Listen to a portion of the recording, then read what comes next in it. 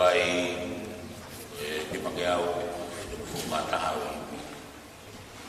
lima ta kau hiu o fa me ni e fatahan ai kles o tau i loi ma mai tau ha me ko wi tau la pe tau Tupou e pe yo ia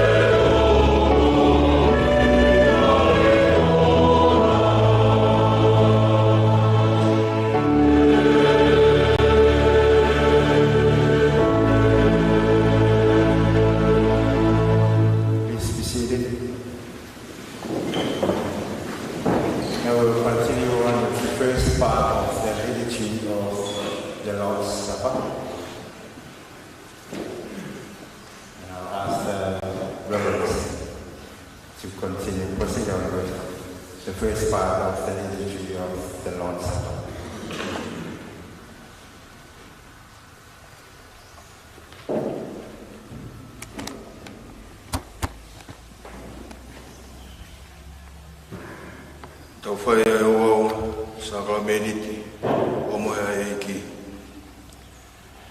Ke uloa tu o mo mama ki ha ke kakai, ke na mo mata ka mo ngai ngā o rei, e whakamalo ia o mo tamai o ki he wani. Kua nā whawa koloa ma mo tole mamani, koe potu ia o keina e ane mo mea, e haia i kaukai a o nau kai asi. Kai whakakoloa mamutolu ilangi. E koe poto ea wikai keina e hea ne moe umea. E wikai haea he kau kai haa o kai hasi. Botu kui ai ho koloa e ai whakumoloto. Koa me koe maa ui. Koe au hao kia te au i kai au pito tene whekaia. Pea koe au tui piki tai kia te au i kai au pito tene whenua hataimi. Koe nia mea aluhefo mehelangi ai au hao ke kai ai hataha o ai mate. Koa me koe maa ui ai ane aluhefo mehelangi ka pau e kai hataha me maa koe ni tene mo ui me o tangata. Pea koe mea fok te atu ko kakano ia, koe uia koe mo uia mamani. Koe ia kune keina hoku kakano mo inu hoku toto, kune mao e mo ui, taingata, me te foto uia i a wha mui. Koe ia kune keina hoku kakano mo inu hoku toto, kune nofu mao ia te au, mo au ia te ia. Hoku kakano hoku kai mo ni ia, pea ko hoku toto, ko hainu mo ni. Ko ipu whawhitai ai au tau whatapo aki ha whakawhitai. I kai koe mea ai au tau kautahai. I e tata au kalasi. Koe maa au tau pakpaki. I kai koe mea ai au tau kautahai. I e sino au kalasi. He neo ho pe tau toko whiha. Ka koe maa pe taha au tau tolu. Ai e koe sino taha. He au nasi katoa pe. Me he maa pe koe ai taha. I longa hamo kai ai mani, moino hei pū. O mo whakaha ai pekia ai ki, kai oa kere hoku mai. I longa ai a tene whaita ngari i ne kai ai maa, pe koe ne inu ki hei pū, ai ei ki. Ko ne ang hala ki e sino, mo e tata au ei ki. Ke siwe mua, ai tangata eia, Eke ne toki kai he maa moinu i hei pū. Kua whea whakatau pāsa wāko klaisi. Ko ia ke tau whaia kātua ngani. Kai oana tau whaia ki haere wani uma haere wani koe loto kovi mui ngā oi pango. Ka tau whaia ki maa tāre wani koe maa mui moni. Koe ai ka tau horita. Ai au ke kai ngofua ke kai mea e ki nau tolu. O ku tau hinge tāpani kare. Kai haringi totu. O ke kai hawha more more. Nei kai whaia. E ngā i mea au hā. Hasiliwa. E a koula o mohu hui. Kanai whaia ki ha tātā maungonga. He koe toto o halami tai mere mo tai hila. Koe tātā o kalaisi. Ke tau hufea e sias katoa kalaisi. Ai a kolotonga mokua he tau i mamani. E o toa mafu mo tāngat. Ai a whiona ko ke hinoi ki mau tolu e o apostolo. Ki mau whaia e lotu mo e hufea. Pe atu mo e whakawhitai. Koe hui koe ka kai katoa pe. Mau whatau wholwholatu. Ke a whetau lalo. Ki ngahi lotu. Mau whaia tu. Pake he ho if. Ki a siasi katoa. Ai lau maria o e mori. Mo e whewha o whani. Pea tuku mai, ke loto taha ke moni o ho wholwhola e ki nau tolu ta kua ho kua whatok tapu. E ki nau mo e whewha o whani pe, o mau kore atu whoku. Ke tau ka po, e ngā tui lotu kotoa pe, mo e ho hiki. Kau maa o ta mau e iki ko Tupou no o mau tui. Tu ke malu e ne kure i mau tolu, e a tau malu tu.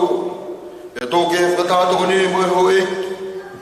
Maunaka ngā, i nau whamau tai whiwhiri mānako. O tau te aanga hala mo e pau, ka e pōpou. Ai lotu mo ni mo e anga o tāu. E tamai whae wani, ke whakares ki ho kau whaifkau. I nau whakaari ari ho wholwhola e nau mo i haki mo i malanga haki. E nau whai totonu ai tō honga ho ongo sākala meni tapu. Ea ke o mi hatokoni mi langi ki o kakai katoa. Kau maa ke tuku ke whakatahani haloto apasia. Ki mau tari ho wholwhola o tauhi maa honi honi. Ki a te koe i ākotoa pe o mau mui. Pia mau kore whamato ato whak eki, ke whai o tau, o whawhi e maari e mo takoni a kinau tō whape. O kuma ua ia tō tāmak, hama siwa, hama maha, hama haka. Pēha kovi e taha ai mo i mure mawhua. Pia mau tuku kolori e whaki e a whiona, ko hui ko kakai ko hiki ki he mau ini. I e lotu mōni, pia mau kore kresi, e mau whaiwhai taki ki a te kinau tōru. Ko hui ke mau inasi whaki e preanga wharangi. E tamai, tāri e mau kore ko hui ko Jesu Klaisi, ko mau whakalaloa mō tau kapo. Amen.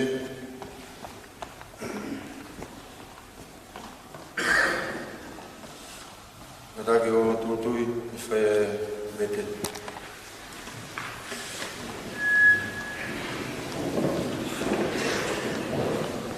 E o toa mafi, koe tamai a maweki ko Jesu Klaisi, koe tupuanga e mea kutoa pē, koe whamoi o e kakai kutoa pē, mau whamoi ne mau ngahi anghala, moe mau ngahi anga kovi keke, ai a mau whamamahi aki ai a whiona, koe kovi e mau ngahi mahalo, moe lea, moe ngāue, o mau whatupu ai ho ho hau to tonu ki a teki mau tolu, o mau whatomala whamātu ato, e a mau mamahi moni o mau loto, koe ui koe mau ngahi whai ko vini. Koe manatu ki ai koe mea whamamahi ki a teki mau tolu, ka ke alo o whamai ki a teki mau tolu, alo o whamai ki a teki mau tolu,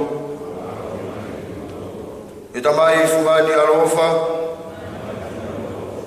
whamore more ai mea kotoa pē ko kikiri, koe uhi ko ho alo ko Jesu Klaisi. Ke tuku ke kamata he ahoni, e mau whawhianga i ki e a whiona,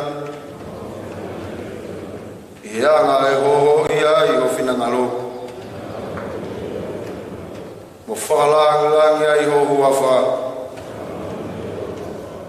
i a Jesu Klaisi ko mau eki, amen.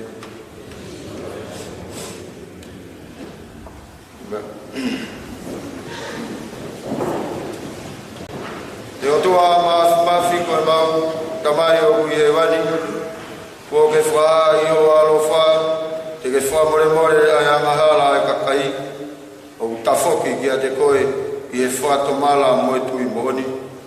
Ke wha more more i ki mau tolu, mo wha moui mehe mau ngahi amahala wha pe, aia ke mau tukma i ngahi anga o rerei, ya ke whai moni, Pea omi, pea teki mau tolu, ki he mo ui tangata i a Jesu Klaisi, ko mau eki. Eki alofa, hoku i kai teke ke mau unu mai ki he kei nanganga,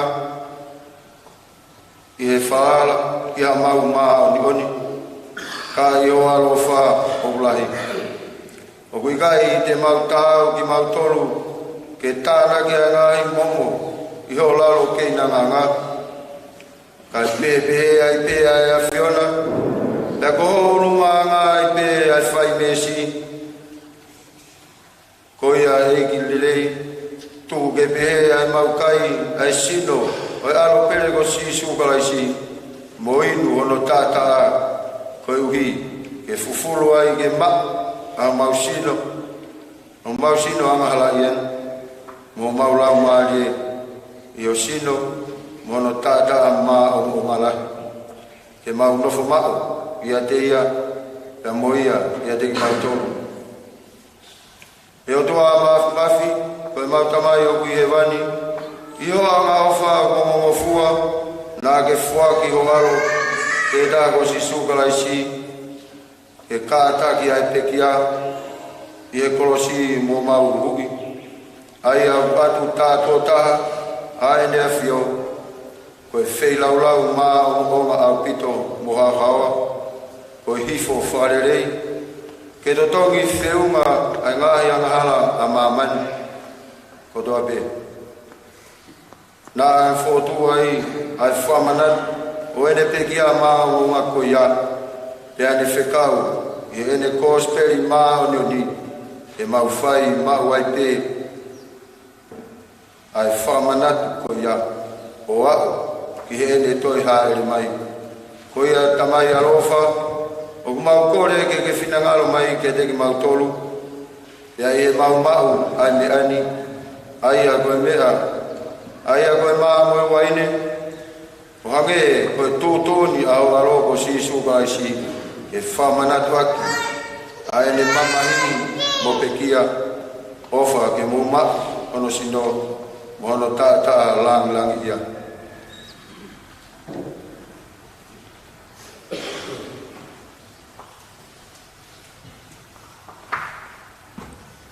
We pray and then followed by the Lord's Prayer. Es hiawa mau kore ke te koe, e whamue kai me na ngai ang hala, ke hui ke mau atata i hoa ofa, me ngai ang hala, ai aku mau whai koa mau mai mai. Father, we ask that you save us from sins. We invite your Holy Spirit to guide us, lead us, and may we do your will forever and the rest of our life. In Jesus Christ, our Lord and Savior.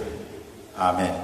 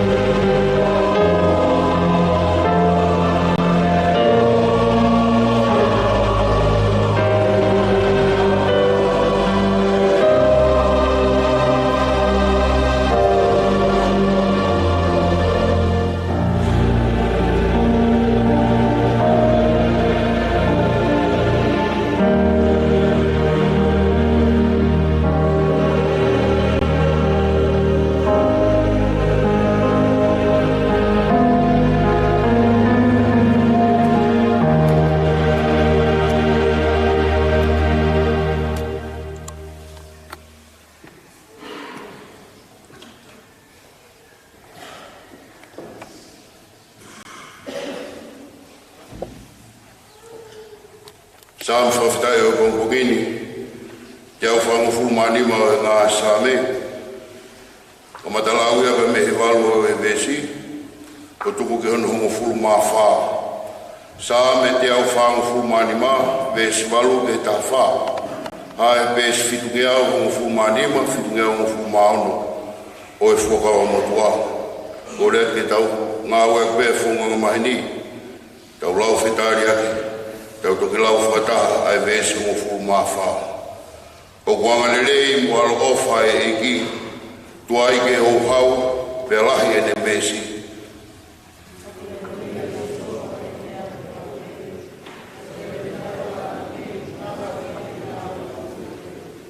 O ko whai o whamaro eki, e ho ngā ue kotoa, pe ko ho kaulotu, o kuna o whawhetai a Fiona.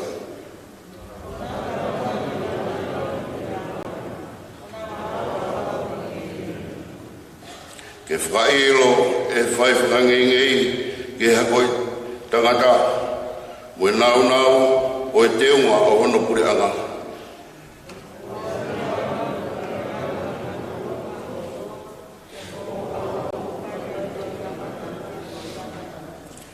O ko pōpō e siho wa e kau i ngā katoa pe pe ko ki nau tōru o ku mapelo ki lalo o kune puke haka. Amen.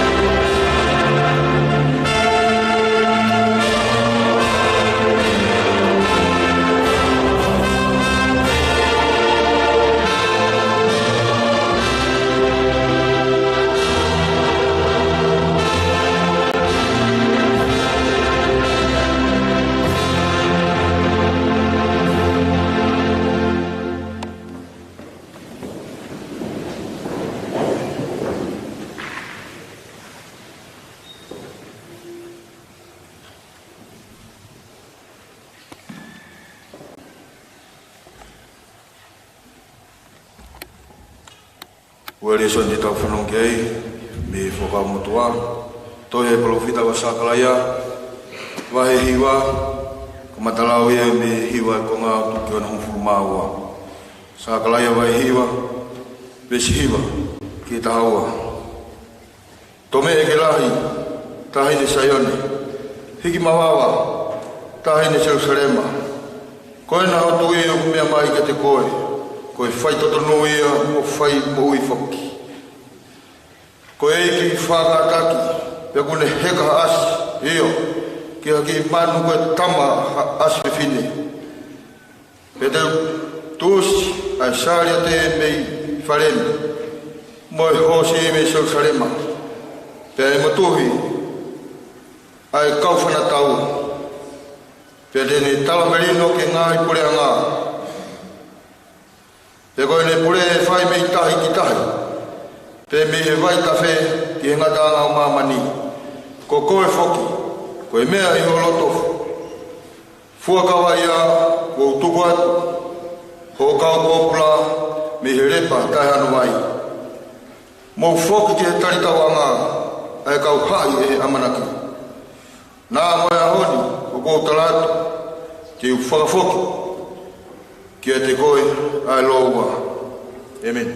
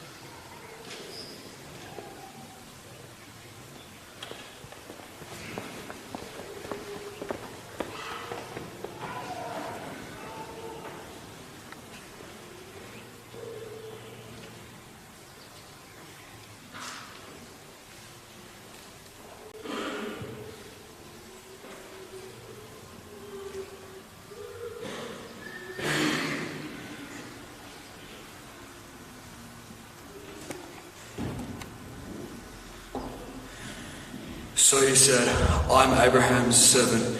The Lord has greatly blessed my master, and he has become wealthy.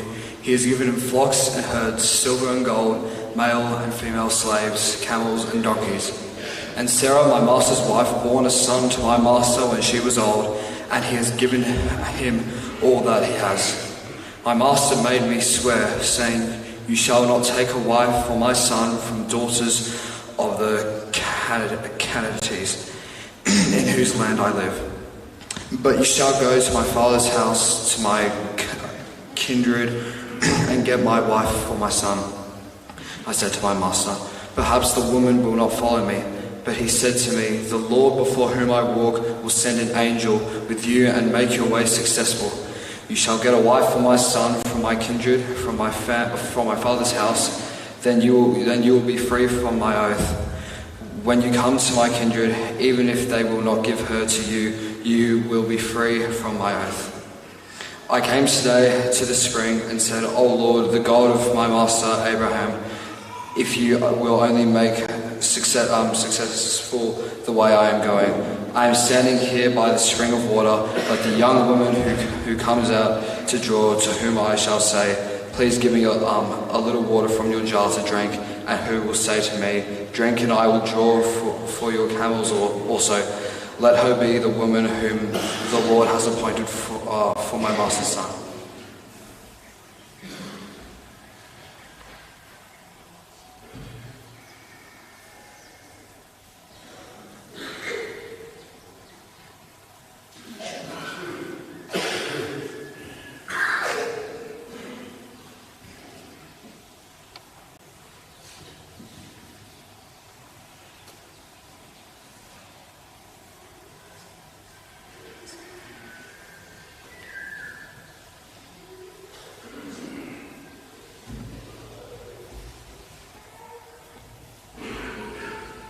But what to will I compare this generation? It is like children sitting in the marketplaces and calling to one another. We played the flute for you, and you did not dance. We wailed, and you did not mourn. For John came neither eating nor drinking, and they say, He has a demon.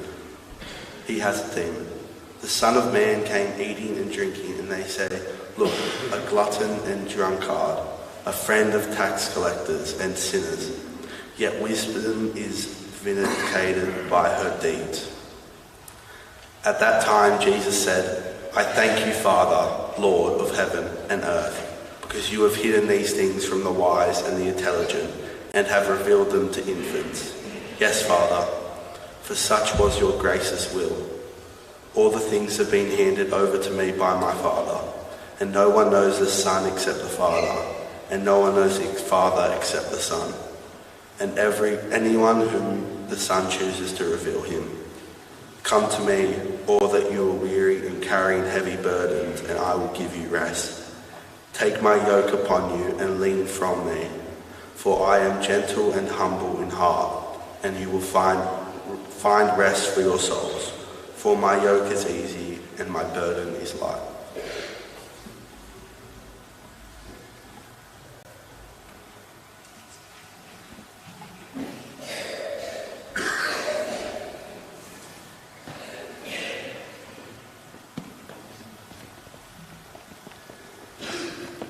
Mari beri, porque umai fana uge baptize. Amen.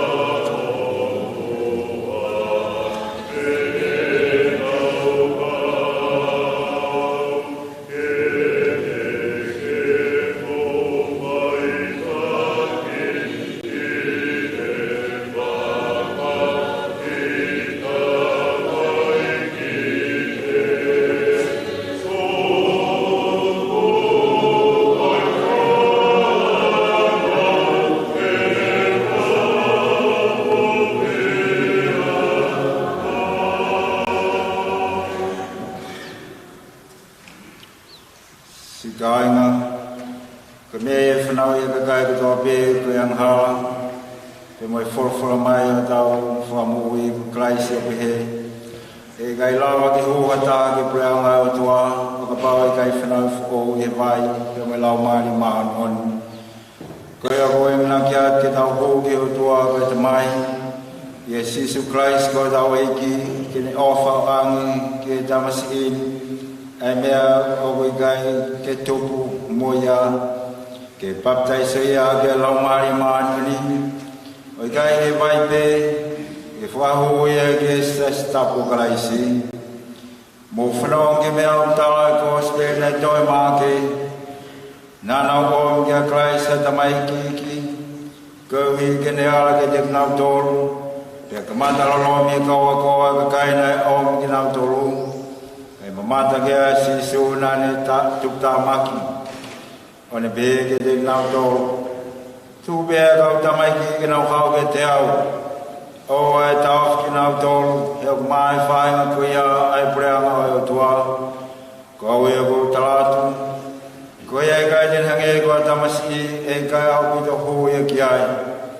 E ne hapai kau tamai ki, ane ai no ni maa ki te nau tolu, o ne fu tāpoi kina. Kainga, mo whanongo e ngahi kupui ko speri koe ni, a ngahi fui lea, a tau whamui Kolisi. Tukua nā ne whilau ke omia e whanau, tukua nā ne whikau ke omia e whanau ke tea, ane waloki a kinau tau ne whi tau whi, na neni nā ki a kai no pe ke hoko hange kua tamai ki, mo wakai whoke whiskitua ne ofa ke te kinau tau, nāna hapai ki nau tolu o ni hiri o ni maa ki ai o fu tāpoi kina. Koia, o ana ai tāla a, ka mo māni o tui, o ni kinanga o ki mau, ai tamasi ili. Ke hapai a ki ni aruwha, ke angi ke te ia o i taimata, mo whakakau i ono pure ana. Koia, i mahino pihe ai o whae tau tamai whalangi ki tamasi ili. E mwene whina maare lei ke ngāo tau whai, ai omi ai tamasi e ke baptaiso kua ni tūtūri, koia ke tau pū ke tea o whai tau whawhitai. E o tua mahu mau tamai o ki he wai, mau whawhitai atu o wha mau ue ki mau tonu ke ilo ke o kes, mo i tui ke a whiona, whakalahi ai mau ilo koia, pia popo mau ai pe mau tui, ke whua ki whonga lau maari maanani e tamsi ili, kini whanau whoko ai a hongo e ea, ko ai whonga ui, ko vigo Sisu Kolisi ko mau eki, ai a una whio ai pe koe a lau maari maanani, o kore e taimini, pia tai ngata, e meni, te tau lotu. E koe tua tangata, ai a whiora nā ki ofa whahau whanoa ono whānui lomaki, pināki na tāki o kukai a esteri lotu tāki o kula, o ke whakatata aki o baptaiso, pināki whakatapuai e saka meni koe ai e baptaiso au pēro Sisu i vai tāku sotani, mau kore a o whatangata ai a whiora, ke a whio mai ke tamasi ili, o wholo ea o whatapuia ki a laumani maani. Ke hiri ni hao e ho hao, ke a huke a aki koe Sapate Kolisi. Ene ia e ke tu mawa i pe tui, ke via i te e amanaki. Mo aka mamao i ofa, pane asu he a te ngai pia o e maa whong mahi. Whai mea ni hoko se e whanua mo i tangata, o pure ai mo e a whiona, o lau kuonga, i e Sisu Kolisi, ko mau eki, amen. Wapia te se si, mo ngata ko mea haka, takwa e meni mai ki ngai tā kōtweni.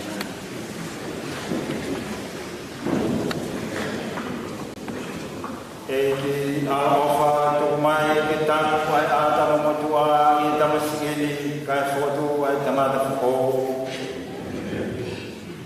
tu mai ke mai nga mo ko ai ka no ka oi mo tu nga mea ai la ma de tu mai ke ne mafai ke kona ai ka no mo te mo mamani tu mai ke te nga kia nga ia falangi he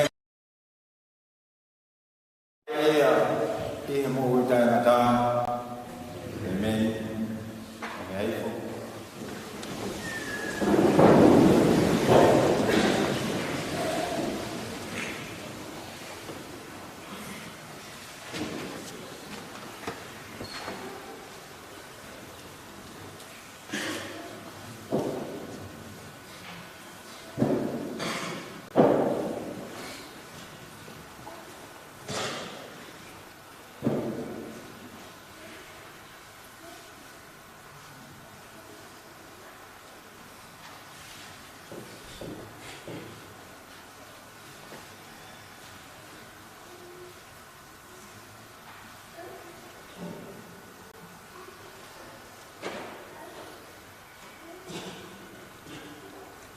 Devita tami funang pola was lau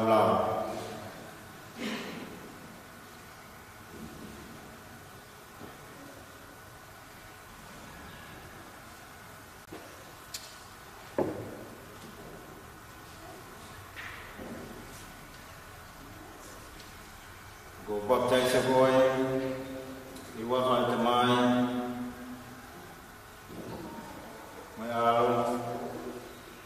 mai lau mai ma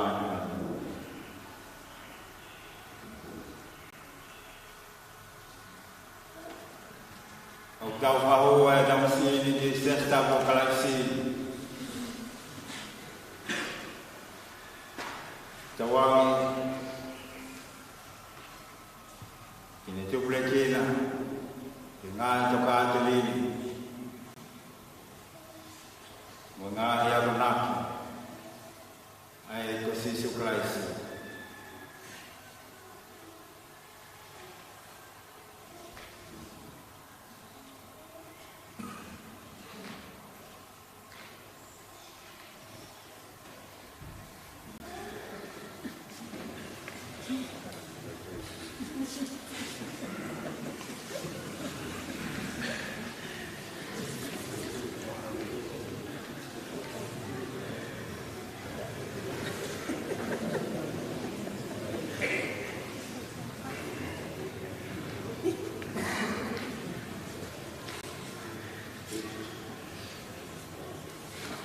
kita rotu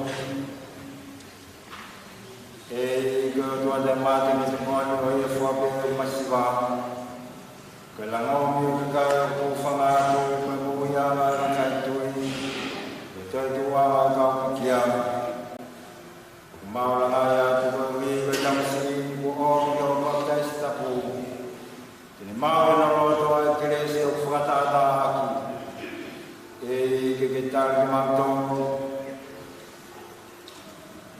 wange ko tama fa ma pe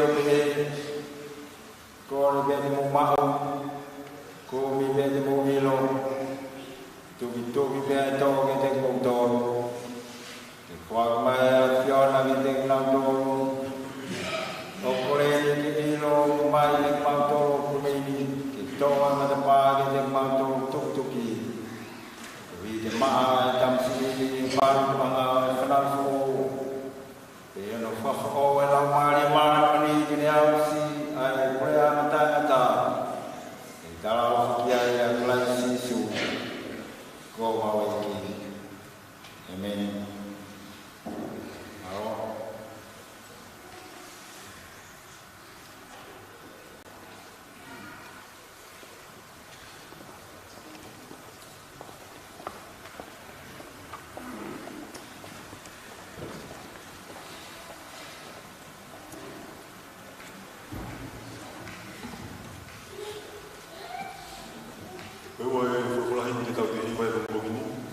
ni magaya ma ni manon fa mo mo ni na ka ko no e ka mo no ta fa wa ni ko ta ni ta lo ka o ta mo ko ko e ta mo fa ma ha yo ko alwa to te ka ni ka o no fo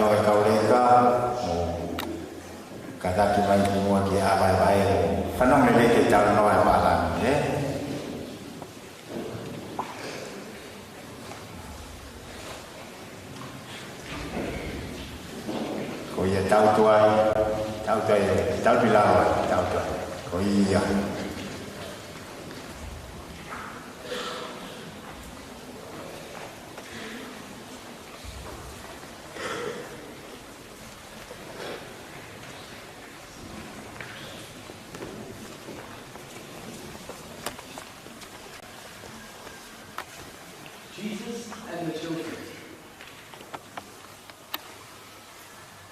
It was a busy day for Jesus, talking to all the grown-ups. Then, along came the mums, hoping Jesus would bless their babies. Stop, said the disciples. What do you think you're doing? Jesus hasn't got time for babies. Sit over there so you don't get in the way. Here are the disciples. Then along came the girls, running towards Jesus. Stop, said the disciples. What do you think you're doing? Jesus hasn't got time for girls. Sit down and be quiet while he talks to the grown-ups. Then one of the boys rolled up to meet Jesus. Stop! What do you think you're doing? Jesus hasn't got time for boys, and he certainly doesn't approve of skateboards. Sit down and be quiet while Jesus talks to the grown-ups. But when Jesus saw what the disciples were doing, he was furious. What do you think you're doing? Don't stop the children from coming to me. God's kingdom is for the kids.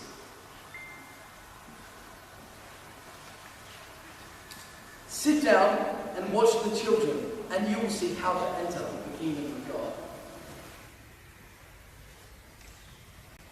Then the mums brought their babies to Jesus, and he hugged the babies and blessed them. Then the girls ran to Jesus, and he hugged the girls and blessed them.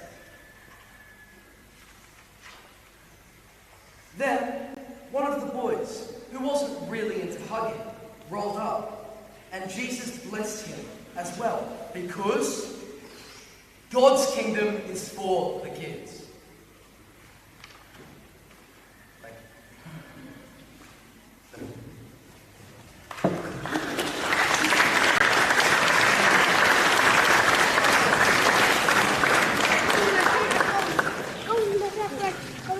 The story that Gil has just read to our children is one that I use when I conduct baptisms at Newington. And it's a special story that reminds us of Jesus blessing the children, and God's kingdom is for all children. It's a special story because it reminds us of the role of children in our lives. And so I'd like to offer a little prayer for the children in our midst. Let us pray. Gracious God, we give you thanks for the gift of children, for their innocence, their questioning, the joy that they bring into our lives. We give thanks for the little child who was baptized today. We pray that you will bless them throughout their life. Bless all of us as we continue to celebrate the gift of children in our lives. In Christ's name we pray.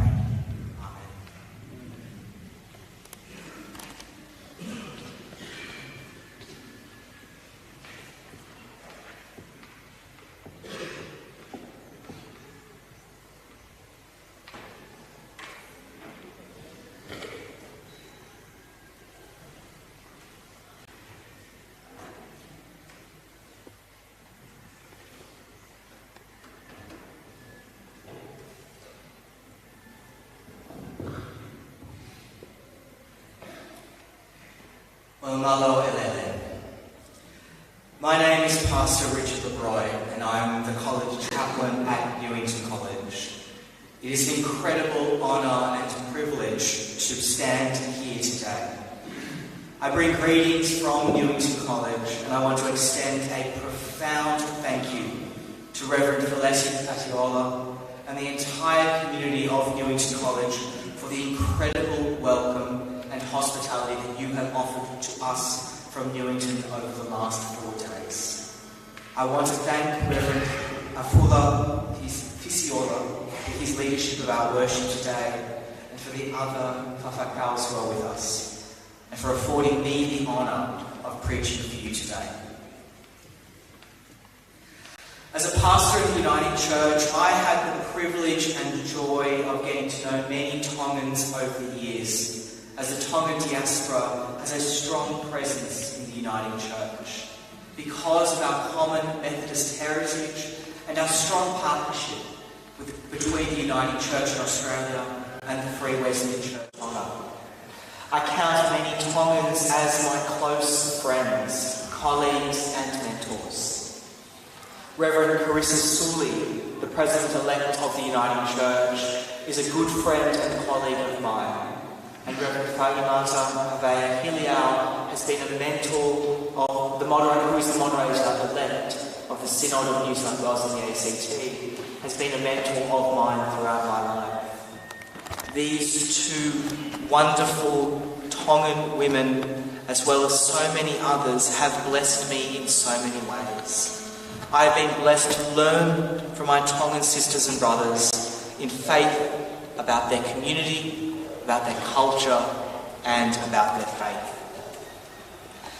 And one of the things I have learned from my Tongan friends is the idea of talanoa.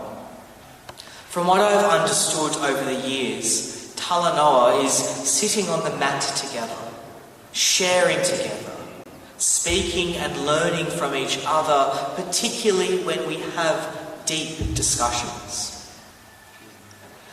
As I've reflected on our last few days together, I see our time together as a time of talanoa moe fi ohi.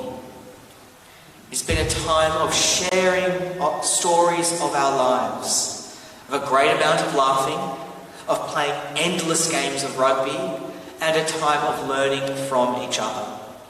Whether it's been in the beach, in town, cheering on TOLOA on the rugby sideline, kicking a footy at school, or eating. It's been a wonderful and profound time of talanoa moe fi ohi. We from Newington have been blessed by the hospitality offered to us. Here at TOLOA, we have been grateful for the gift of hospitality in food. We have been welcomed into this place, and after a few days, this place feels like our home. But when we are out to dinner on Monday night, once again, we were blessed by great hospitality. The buffet feast was wonderful, but the highlight was the cultural dances. At first, our boys were a little bit hesitant to get involved, but by the end of the night, we couldn't get them off the dance floor to get them back home because they were having such a wonderful time. And that was because of the hospitality that was offered to us. And around town, again, too, we've been welcomed in such a profound way. At dinner, we ran into a lady who was overjoyed to see our boys in the Newington uniform, and she shared a story of her father, who studied at Newington in 1954. In the markets, at the rugby field, and on the beach, time and time again, we have been welcomed in a wonderful way. And it has been a profound blessing to all of us to receive such hospitality. The Old Testament reading set down for today, which Angus read for us, speaks about hospitality. Here we see the setting up of the marriage between Isaac and Rebekah. Abraham, who is the father of many nations and the patriarch of our faith, has decided that it is time to find a wife for his son Isaac. So he sends his servant out in search for a suitable wife. The reading is a long reading, and the part that we heard today talks about the servant addressing the crowd. But before he does that, the servant arrives in Rebekah's town, and without question, Rebekah rushes out to offer hospitality to the man. She offers him food and water, and food and shelter for his animals. She welcomes him into her house and gives him the support he needs. The servant then realizes that she's the one to marry Isaac and offers Abraham's proposal, which was the section of the reading that we heard today. Following that part of the reading, Rebekah willingly returns home with him. And on return, when he sees her for the first time, Isaac loves Rebekah unconditionally. They went on to have a fruitful marriage and continue the line of Abraham and become heroes of their faith. I read this reading as part of my daily devotional in the early hours of Thursday morning. just after we had arrived here in TOLOA. And I couldn't help but see the connection between that story and our current situation. We from Newington were bleary-eyed and tired, and it was 2 o'clock in the morning. Yet the staff and students from TOLOA welcomed us with great hospitality, just like Rebecca did. And in an instant from meeting, we from Newington found a great affinity with everyone from TOLOA, just like Isaac. And over the last few days, I think each of us have played the parts of both Rebecca and Isaac, offering hospitality to each other and also showing love and care to the new people that we meet. I think the ease at which we have developed these relationships is a testament to the strength of our relationship between our two schools. There is a deep bond between Tupou College and Newington College. Those ties go across the seas and across the decades. Those ties go back to 1864 and 1866 respectively, with our founding headmaster, Reverend James Egan Moulton, and it's an honour to stand here in the Moulton Chapel. This headmaster of ours founded both of our colleges, and since then we have been bound together as brother schools. Over the decades, this relationship has been deepened and nourished, and more strands have been woven together as we deepen our relationship. And it's a blessing today to weave another strand into that relationship.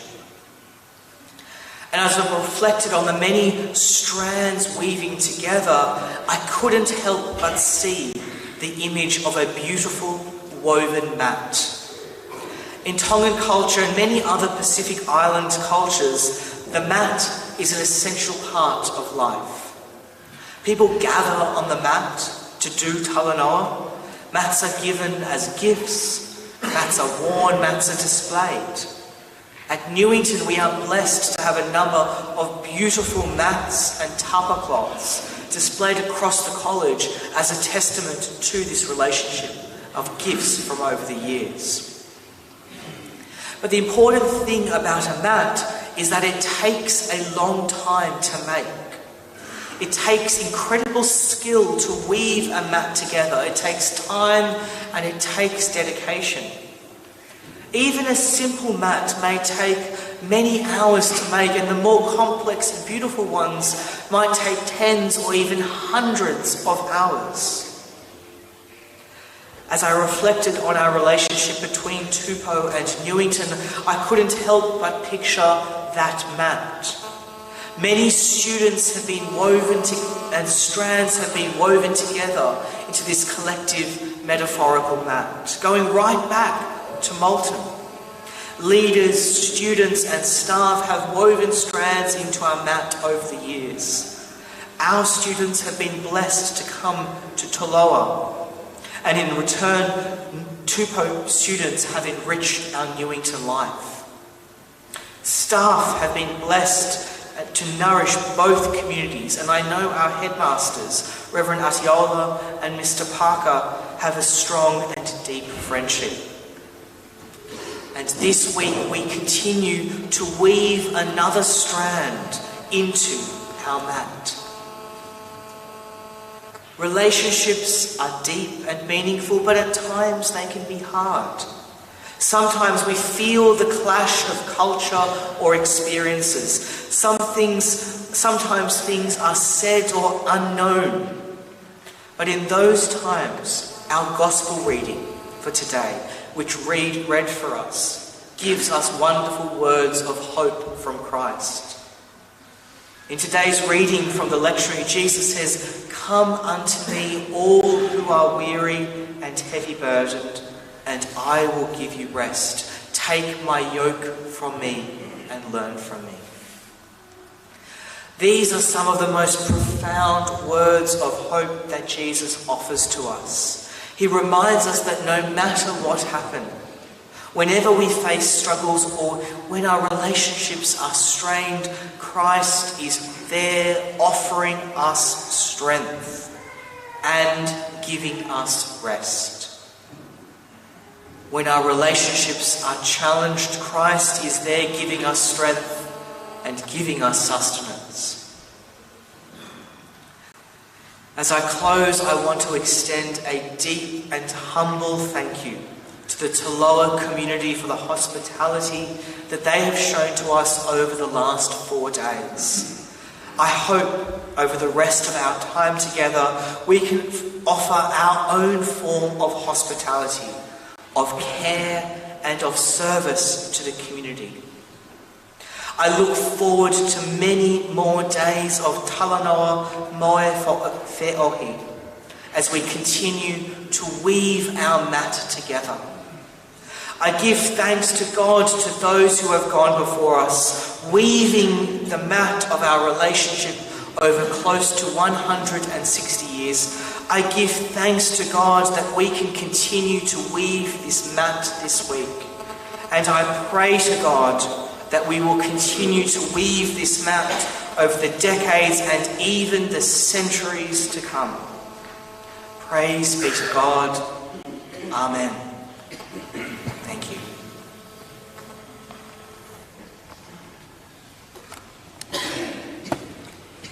Olai me whaasea ke Malanga Pongipongi. Ni mangea o whaanga whulmahiwa i mi.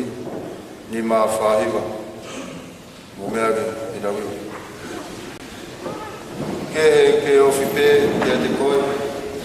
Koe ke koe, mo to. Neo koe a whongu i whainga ka.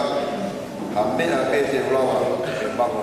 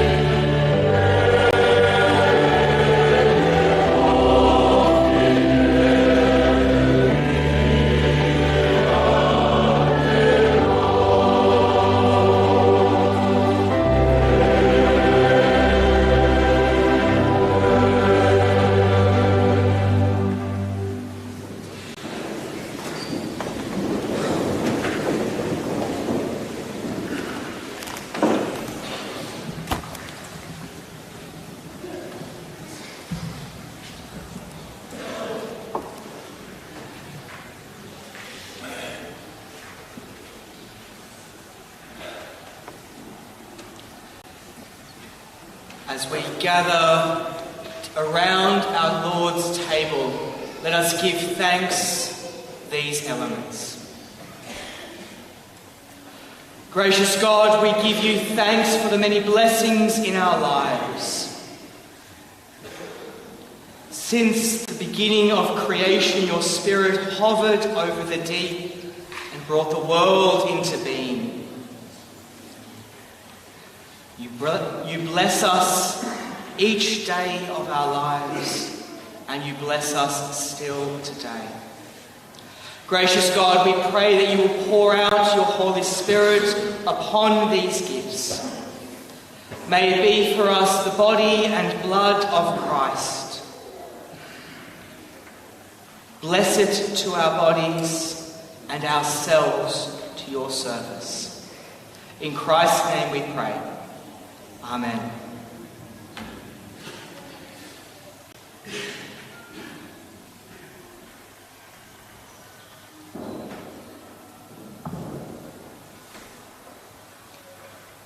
E bono lamaki,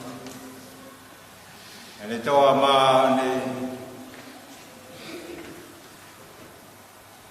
i whawhita ia na ne pakipaki ia, ne atki ni kawako ni mea, koksino e at maat mutol, mo whaipehe, koe whamanat ke te au.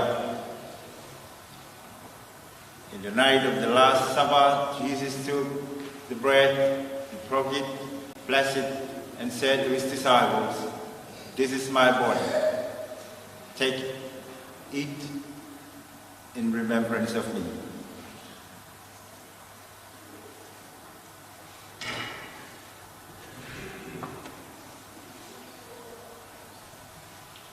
Peko ki e kiria o mohere ne toa e pu. E ni whawhita ia na ni wate ki ni kawa koa ni mea. Ko toto e mo win ko toa me me iai. Ko e toto e whokaf o. E nei whaki mak mo tolu mo e toko lai. E lava ia e whamore more ang hala. O iku kia mo utai ngata. Longa mo win me iai. Whaipehe mo whamanatu. That night he took the cup and he said to his disciples, "This is my blood. Drink it in remembrance of me."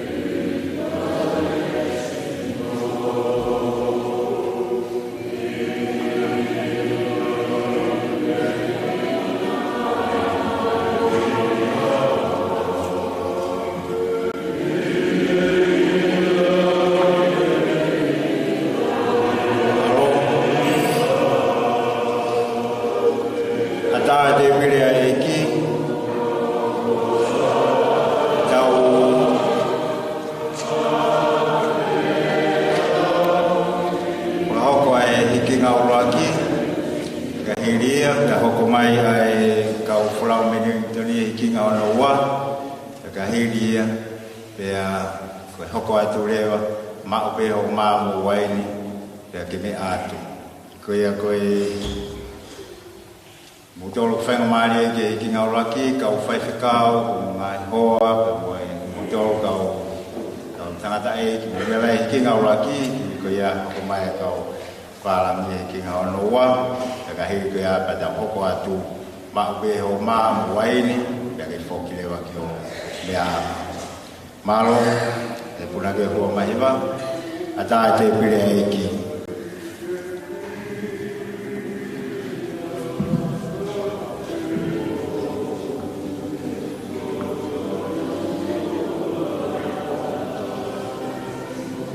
Frafia hon omi e malama hon maktautor ta buaki o feohi e cresci o feohi e loaki po fai e ai sake be mole peka mata be mo e sat fola o takia ki tau tolo fai tau conference going ko e buhoi ke mo e fakatau taina kai ngam me mai Pekia ko fire Kolisi Kolisi fire ke ho ikoe ho moa ke fire yo tau vete aki pe me haya am hala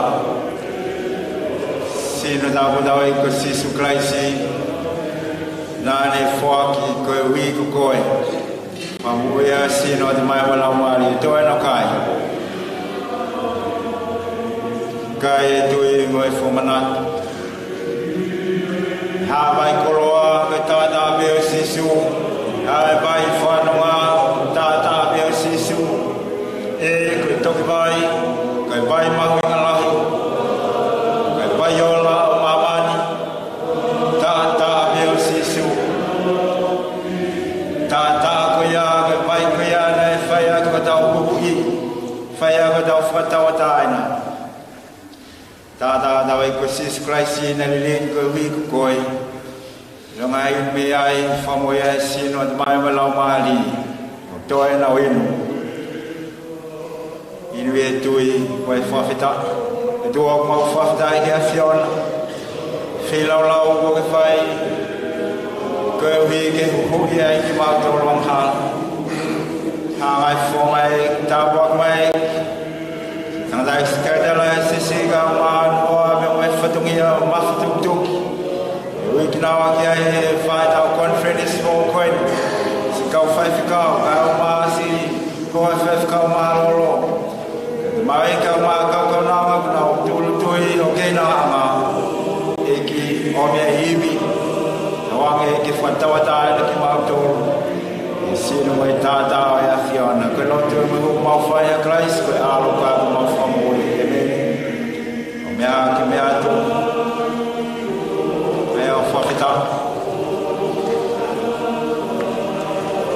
Whereas the group from the Eton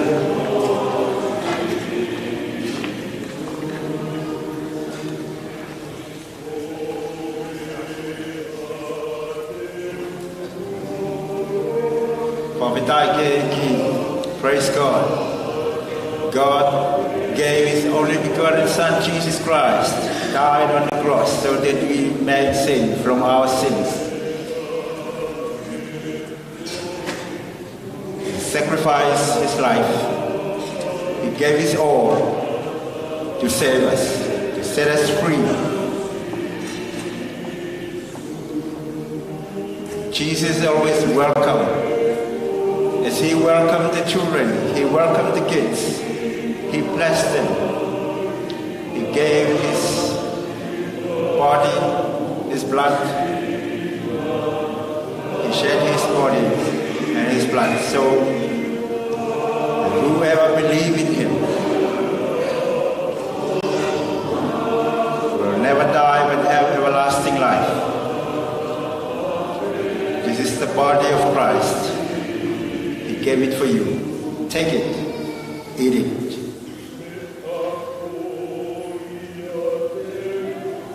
You may eat it now.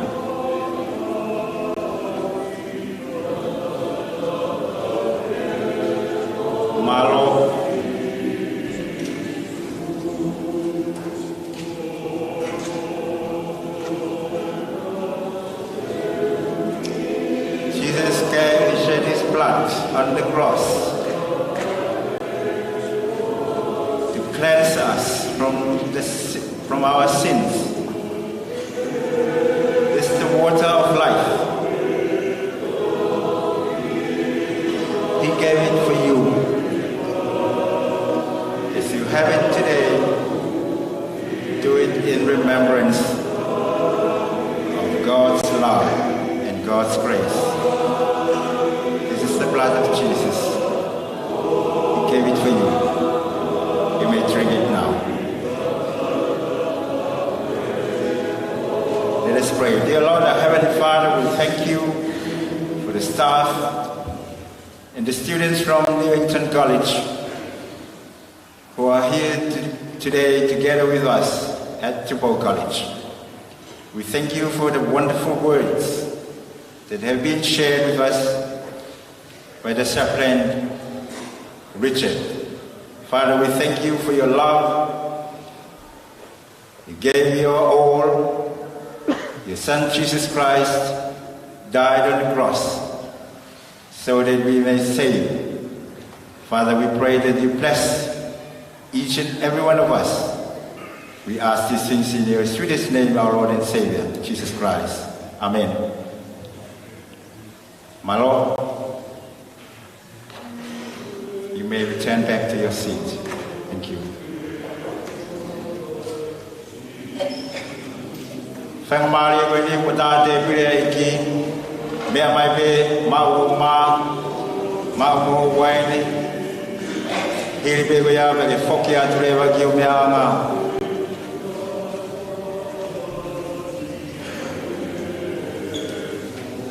Atade Briaiki, the Goe, okay, the Nasi Tabua, give a film, the my grace.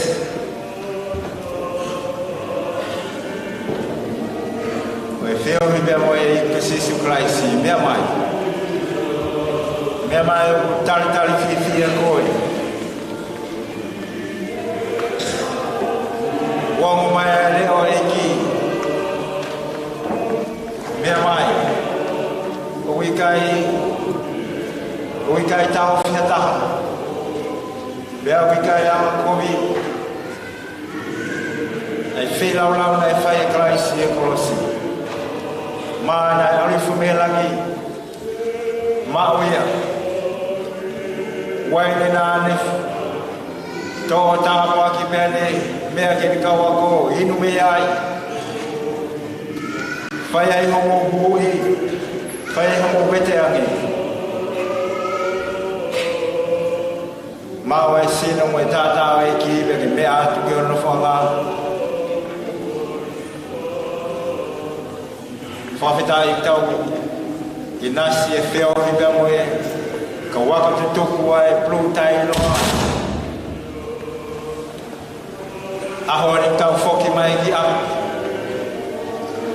Kolisi ko Tupou nai la langa i tau mokui. Nai mawhanau e whio hi o i aho ane a whi. Pea o te ki ai. Te ki ai osi atua e mawhanau e whio hi ko ia. Koe ui koe api a koe ni nai whai ai ho tau hinoi i. Nai whai ai ho tau whawhanga whakalau maari. Te neo mo. Te tau alu ki he tapa peo maman. Kai ahoni mo mea mai. Mo whoki mai ki aku. Whawhita. Sino tau i ko Sisu Kraisi. Whawhita. Kau plu tai loa. Mo mea mai ahoni ke whai e whiohi koe. Mea mai be mo ngahi waifi. Mo whabi. Koe tāpua ki o e whiohi. Ina si sino mo tata da o ko Sisu Kraisi. Koe a me ne whai ho tau hui. Koe a me ne whai ho tau whakatawataina. E tau ina si e tāpua ki o e whio, o e grace. Whio e me mona lau maari pākon. Whawhita. O whangi ke lini, e whakatahani.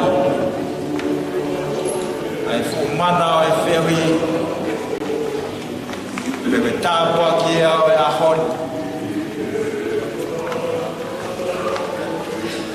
Hoko mai tau I ko sisu kalaisi. Tukuangi ahon wanga o tua mea mo ni nofo.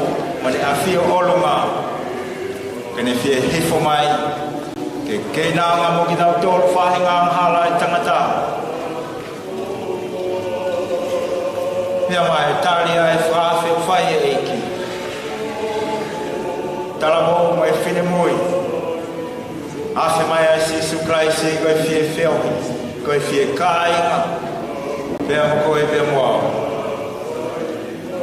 Nai kai lene hanga ke kafo mea kalawhaki e ne mopui. Whawhita. E ase mai. Nane hifo. Nane pukehake. Nane tulu ia e la mea hai hai. Pea awe ki api. Sino mo e tāta atau I ko Sisu Kraisi. Mau ia mo e rota tui. Ono mai o rota tui. Pea whai pea mo e whawhitai. Watabe te pire aiki. Talamo mo e whine mea mai. Inas. Ke kaua inasi e o mohe. Pea mo e ko Sisu Kraisi. Hawa e tolu e siwanoa koe o tu e matapā tuki tuki. Lo mai e te toa e matapā. Nuki e te kai o moe moea. E te kai o moe moa. Koloa e ahon. Fola mai e tō kupu e ko Sisu Kraisi. Tuko e whanau kena hau ke te au. Whawhita e koe no sino me mono tata au. Wheilau lau koe au fukulu no. Tātua tā e wheilau lau koe au. Ka hono maui ngā o wheunga mo mamana katoa. Inasi e sino, mo e tātā tau I ko Sisu Kraisi. Unono mai me mo lota tui. O tui ke tātā mo e sino tau I ko Sisu Kraisi. Tere whai ea o mete ange. Whai ea o tau huhui. Mo tau whatawataina. Mete ange tau tolu me ngā ha. Oi māma koe ni. Prosperia hon. Hau ke te au mutol whao masia mo mamasia. Ai e ui o ke ako e te au. Whamalolo ki mutol. Hau e bebe mo hohaa. Hau e bebe mo pukutu. Unono mai a pe holo te tui. E whae Kraisi. Whakanonga mea mo e whakawhia maari. I sino mo e tātā tau e ke toa mau, toa o kai, toa o inu. Inu ia I rota tui. E whae Kraisi ho hui. A tā te pire aiki. O tōru te re mau. Ina se te pire ahon mea mai.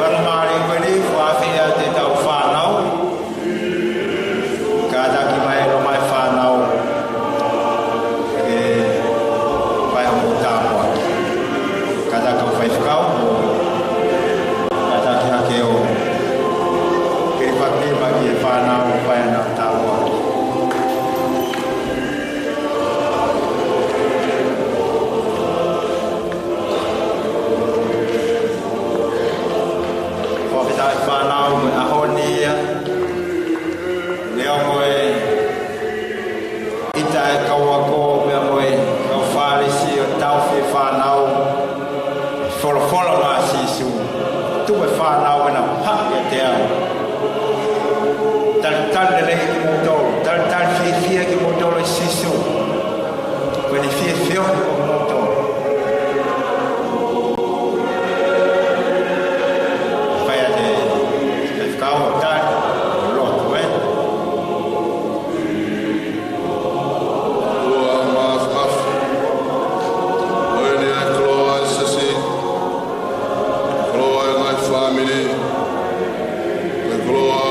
Tupou.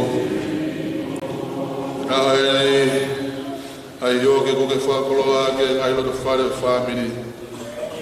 Ka koe yoke ko ia, koe fufunga tā waki, koe kahau, mai manu ia tapa kotoa pē. Paka mai se nau ngai mou i whapoi tui tui. E tupure kina i a Fiona.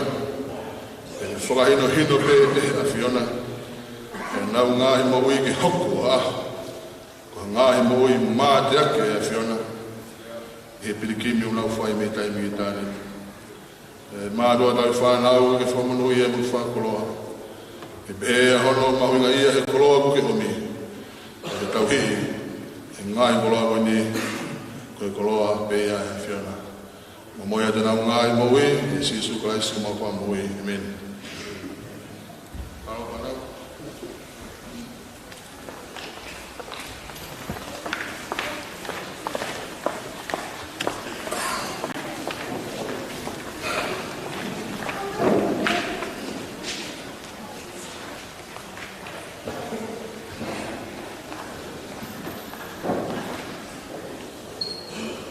E koe mau tamai whai wani, o ki mau tongo kau tamai o iki. Mo kore ki a whita waro mai o tari e mau whina o rau whawhita ini. E koe mea e ngātua e pekia aho alo, o whake mau mau ai ki mau tono, mo se siko toa pere whakamore more mau ngai ang hala. Mo e ngai fua ko toa pere o ene mamahi, e mau tui i ono tātaa, e koe ene iki. Mau tuku atu aki mau toluni ke te koe, a mau lau maare mo mau sino, ke hopo koe whela o lau tapu mo ui. O mau kore, i runga aki nau tonu o mau kau, sakara meni tapuni. E mau mbolo i hopo kere si mo i tāpua ki whaibani. Me neo hopo mau tai tau ki ata ki a Fiona, a mo mo i whela o lau e tapu. E koe fufunga anga hara. Kau mau kore atu pē, e mau whato mi ari. O ai siwi a mau kau, ki whakamore more e mau mia, i a Sisu Christ o mau iki. Ai au ka fōa tuai ni a ki Fiona, ki tamai, ki aro, ki lau mari mau dionu. Ai whakapapa ia kua pē, e tūkoro ria. Pea e pehe tamai mafi. O rau wonga, pe tai nata. Amen. Mea te tau i matuku, no whare au ma taha ini. Wha no taha. Kau wāki ki kāre kau whapana toa, whao me kuki o whaia toa. Kau oi maka, a tau omi ha, ke tau toe kua kawa, ke tau toe kua.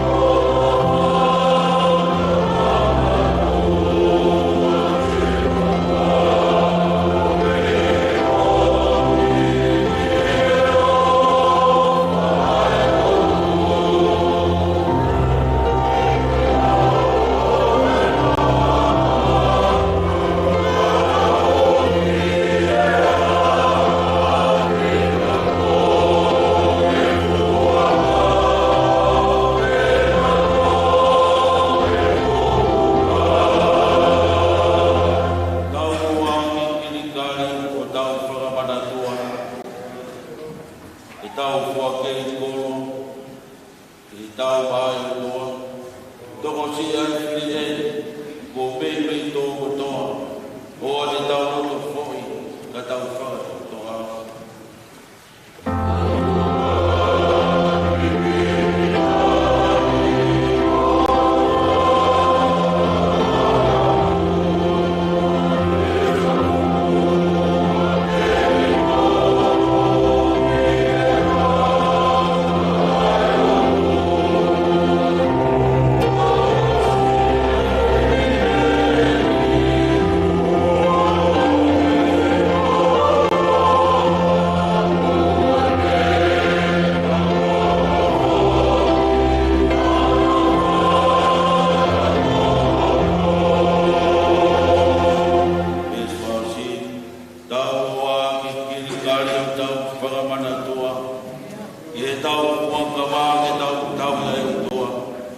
tau tui ngea si isu ke tau toi kuaha, ke tau toi kuakawa, ke tau toi kuaha.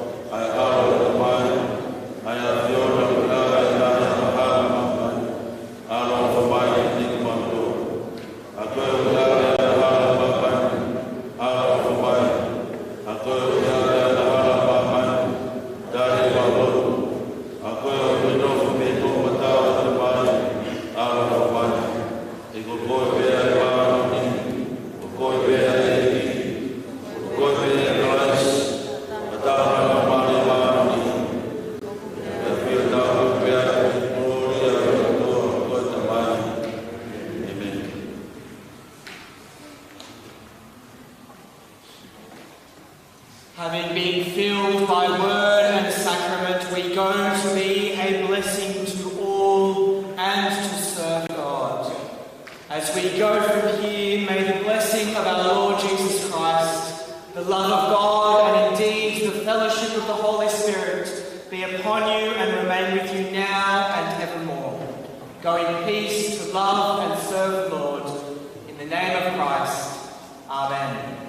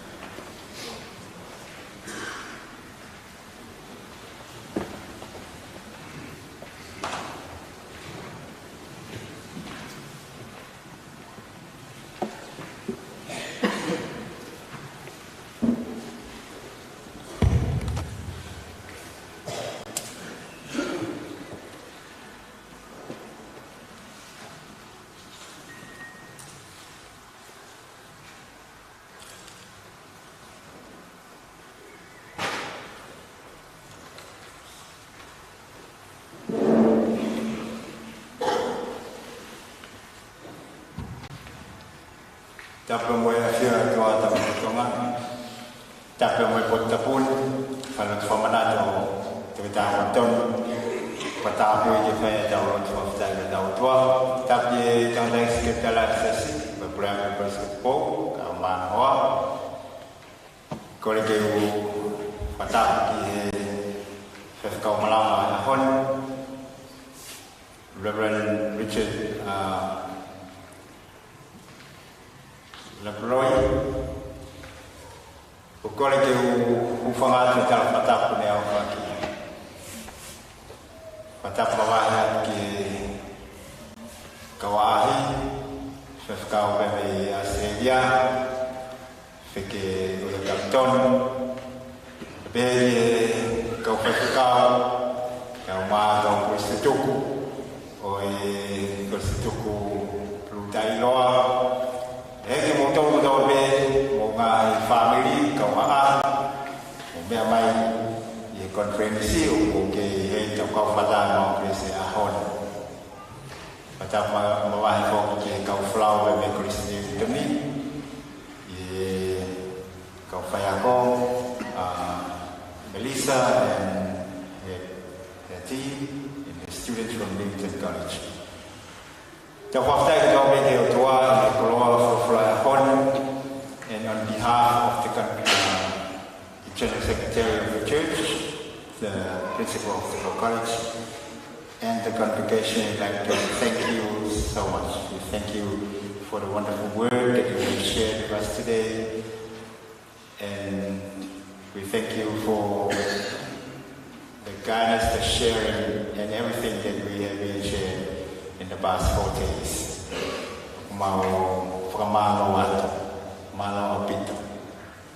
May God's grace be upon you and your family. Tau upue sang bali kini ke tatale ai kau persituku dai loa ponga tu ai priako ma persipo ponga tatale motor ke aku tolong nei na kau fata la pule dulu kau ponga tu ai tatale ma motor tai mo be mo fok mai ye ame mo fok mai be kita ya punya tatale ni ke motor koi programa aku funonga tu ma ko sita mini ko yene ka frau me ko sita toni ya aku tantale di nautor acknowledge group from Newington College. They will be here until this Thursday. Ya aku amanaki be dengan programa Vava'u tantale di nautor appreciate the time of the Kafatan of Nautor Hen. Kue ki programa de tau fama tu pe mai programa ki keni kue monite au foto mai Kolisi be mai assembly fata mai falutoni tai kong flu pompong tadaki ai tadai priako Korea Afrika do kau ngawe ada kau mai tatari do fanau ke foto oite no tolu koe pule lulu tawa mai be ai Malanga ko pompong pule lulu te tawa assembly be ki holo tu kuange ki grupo kon be toni te na tataki na tolu ye assembly pule lulu ko be ga pule lulu wa pa be mo ki proclama fama na tolu po pule lulu o ite na fokia te be pompong to pule lulu. So our morning devotion on Wednesday, to ask the group from the Newington to lead us in our devotion. Kue sapate tau hanga kiai, kue sapate konferensi, sapate pertengahan Kristiane, pea kue Malanga mai kiai ko moli fakaba, pea kue auto pule lulu foki fa hokai fa me ko taha ka tiuta ko ika tu plot tong mari ko ya pe fai pe mau me to ni ki betong ka ko sapate wa ko ulak sapate wa mai pe ulak sapate ki hen pe fai mau me to ni ki holo pe fa mana to pe ki nga ka wala ta ta ki te pe ki he fa family ko ya popo ki family ye ta ko ya ya ko le to ai pe ki ka wala o Getsemani te wa kato ai Malanga o Sapate Kristiane pe ka hala pala taisi te ki mo to na sila ma ai ka le ko ya o polo to we ya fi ge ja ka Malanga pra ko Malanga ya ki ma fana ko au Malanga pola ka utani la manufto ni toa se monta pao ki ave liku pe liku ki nuale ke kau mau fatong le ki sapate ako pate ngau ngai fatong ya ki pengawat pemalo ate na tokoi popo ko to pe fai tau ka folau lolo to ma na ki ko ni fai ta ai vista ai kau plu dai loa pe ha wai be mo ma ho wa plu dai loa be mo to pe ai mo ma ta ya ai to fokia ki fare kai ai fo manio ke mo ki lu to lo te te pure fa ma ki kau ai be plu dai loa yo fa fe mai mo to se si fai ma e mo mea ke wharekai mo inasi ki foi manioke te teo e prutai no e wharekai no whakatoa maroat kata kumai o lululu me mo malama maro